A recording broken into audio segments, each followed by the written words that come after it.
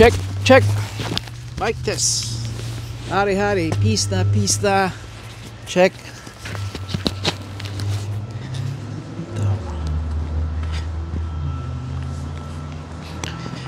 Kaibigan, welcome back. Ako ay ito yung aking backpack blower. Ang brand nito, Echo, isa sa mga pinakamagandang brand sa industriya, sa market.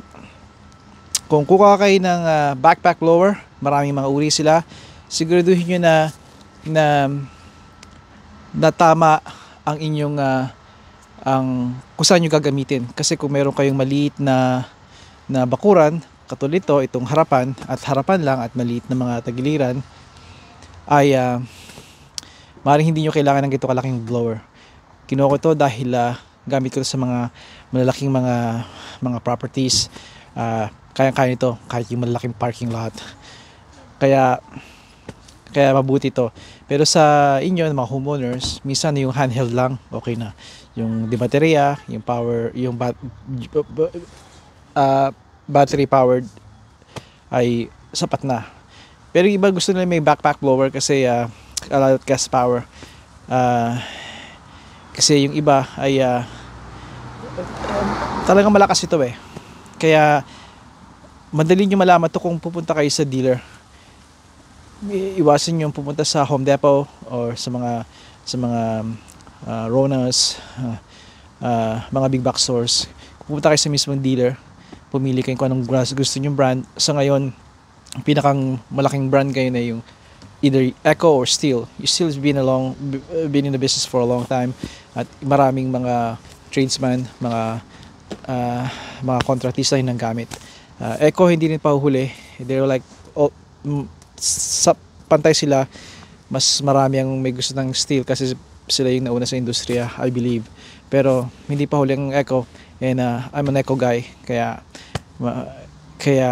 subok nito. Plus yung tunog niya, mas gusto ko, iba ang tunog nila eh kumpara sa Stihl. S-T-I-H-L. Ito naman ay Echo. Gusto kong tunog ito kasi kumpara sa parang garagal sa Stihl, hindi ko ma-explain yung tunog niya eh, pero parang basag na malakas. Ito, of course, malakas din kasi gas powered. Pag nakinig nyo, maririnig nyo na parang it reminds you of your childhood na, or at least sa akin, sa Pilipinas, yung dirt bike. Nalala nyo yung dirt bike? Pero sa atin, also known as sports bike. Remember yung mataas na bisikleta? Sounds like this. Parang ganito. Parang ganon ang tunog nito. Kaya hindi ko na patatagalin to. Maring i-hyperlapse ko, hyperlapse, time-lapse para magkasya naman to sa aking oras. Alright, pisa na natin. Talagang hilig ko magkwento, no? Ito ay 2-cycle.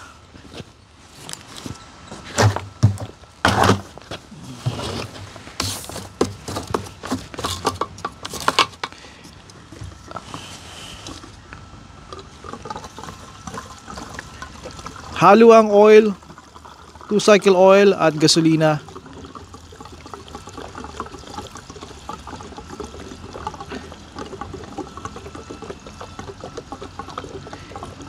Ang mga oil ay ihahalo nyo dito. Typically nilalagyan nila ng kulay ang oil para alam nyo na oil yon, hindi yung purong gasolina. Wag nyo itong iraran ng hindi purong ng walang halong oil, kasi ito ang tinatawag na mga 2-cycle engine. Ang ibig sabihin nun, wala talaga silang oil katulad ng ating mga kotse na hiwalay. Kasama na siya sa gasolina para pagtakbo, doon na siya nalulubricate. Kung purong gasolina ang gagamitin nyo dito, and masisira ang makina. Catastrophic ang tawag nila doon. Na walang option kundi ibasura na. Dahil pagpapalit ng makina, minsan mas mahal yun. Alright. I-on ko ito, on position. Okay. Tapos lagay ko sa choke. Sasara nyo yung karburador. Ayan yun, pag nagkaroon ako ng oras, papakita ko sa inyo. At saka nyo ipa-prime. 1, 2, 3, 4, 5. Sabi nila 3 prime. I do it, I don't know, 15 times, 20 times. Sabi lang malulunod. Hindi. Okay, let's see. Ngayon, ang trick nito, pag nakinig nyo na parang gusto nyo mag-start, sa kanya tatanggalin yung choke. Dahil yun, sa kanya lalagay yung choke.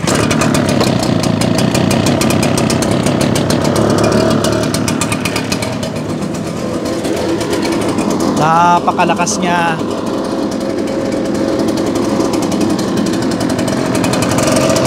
Alright mga kaibigan, panoorin nyo ako kung paano ako magtapon ng mga dahon dito.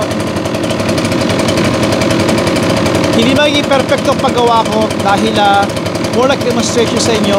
At medyo hapon-hapon na ngayon, kaya gusto ko lang maumpisahan. At laging may plano kayo bago nyo gawin to, kung saan nyo lalagay ang dahon, mga dahon, kung paano nyo itatako. Kayo nakakalam nun. Kaya pagmasdan nyo yung gagawin ko para magkaroon kayo ng idea. Yung laging ear protection dahil malakas to.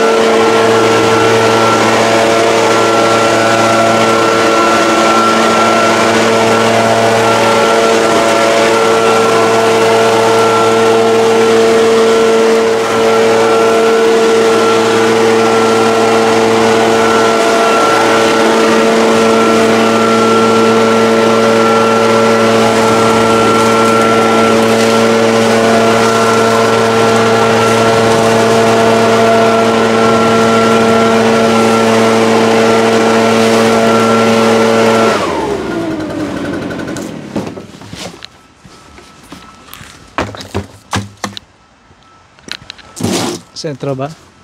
Oh, doon pa.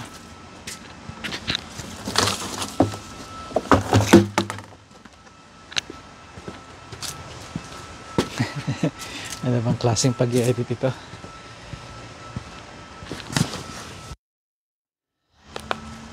Oh, kakabingi na. I mean, bingi ako dahil plug talaga. Isang demonstration lang kung gaano kalakas ito. Nakita nyo lang naman yun, naglalaro lang ako, isang blow. Katulad ng naunang sabi ko, para mabilis ang trabaho, tanggalin nyo yung mga nakabalakid dito. At saka kayo mag-blow.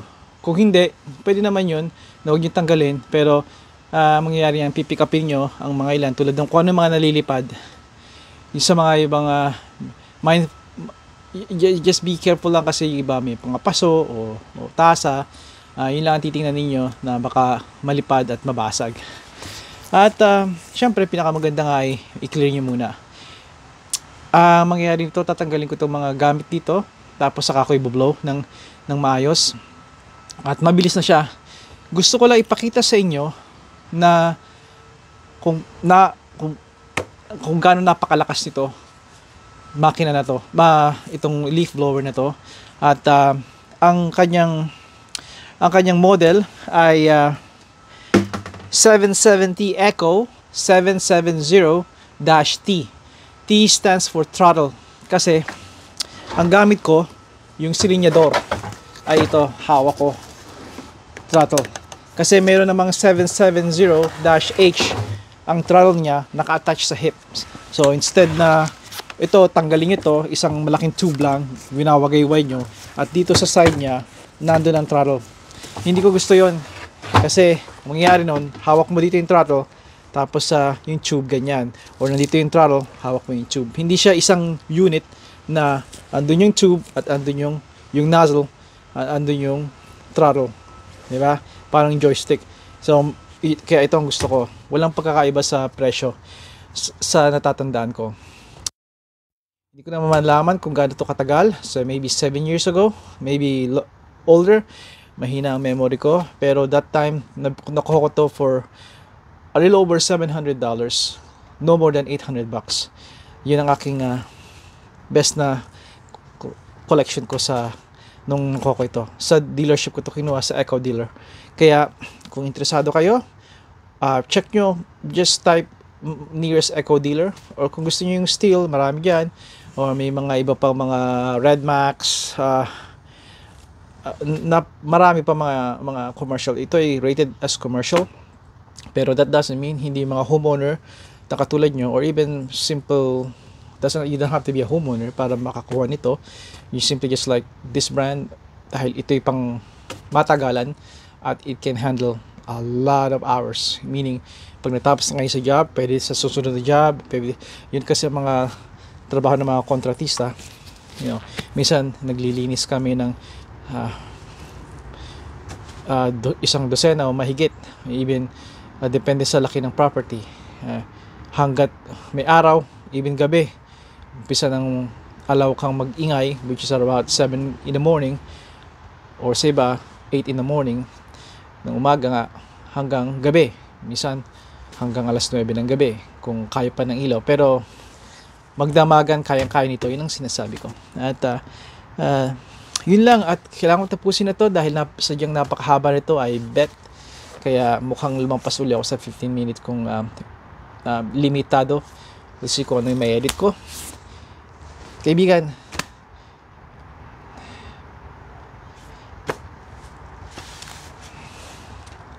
hanggang sa muli, padayon.